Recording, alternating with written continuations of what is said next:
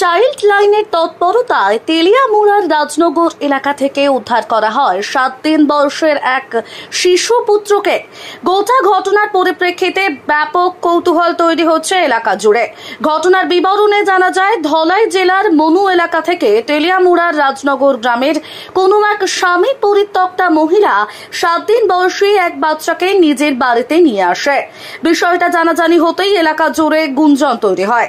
একটা সময় খবর গিয়ে পৌঁছায় খোয়াই চাইল্ড লাইনে। এরপর চাইল্ড লাইনের কর্মী স্থানীয় পুলিশ কর্মীদের সাথে করে নিয়ে ওই মহিলার বাড়িতে গিয়ে শিশু পুত্রটির হদিশ পায়। এরপর যেহেতু মহিলাটি সংশ্লিষ্ট শিশু পুত্রের ব্যাপারে কোনো প্রকারের কাগজপত্র দেখাতে পারেননি, সে কারণেই পরবর্তীতে আইনগত পদক্ষেপ গ্রহণ করার জন্য চাইল্ড লাইন কর্তৃপক্ষ শিশুটিকে নিজেদের দায়িত্বে নিয়ে যায়।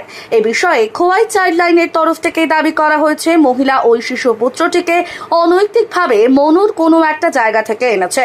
তবে এর পেছনে অন্য কোনো বিষয় জড়িত রয়েছে কি না তা তদন্তে বেরিয়ে আসবে বলেও জানানো হয়েছে।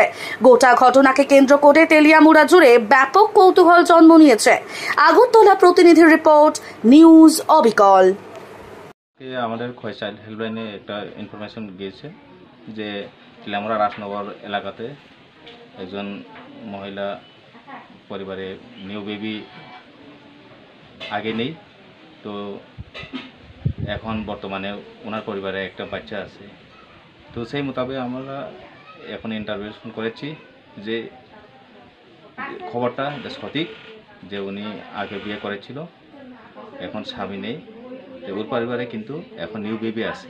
তো সেক্ষেত্রে অ্যাকর্ডিংলি আমরা ইনফরমেশন অনুযায়ী আমরা ইনভেস্টিগেশন করার পরে এখন আমরা কোনো ডকুমেন্ট পাইনি, কোনো কিছু লিগেলি কিচ্ছু পাইনি আমরা।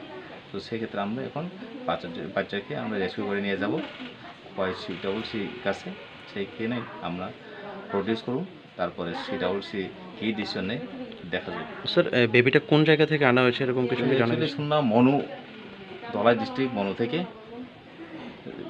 7 days চাইল্ড। তো এটা কি স্যার এমনিতে আনা হয়েছে মানে নাকি কোনো অন্য কোনো?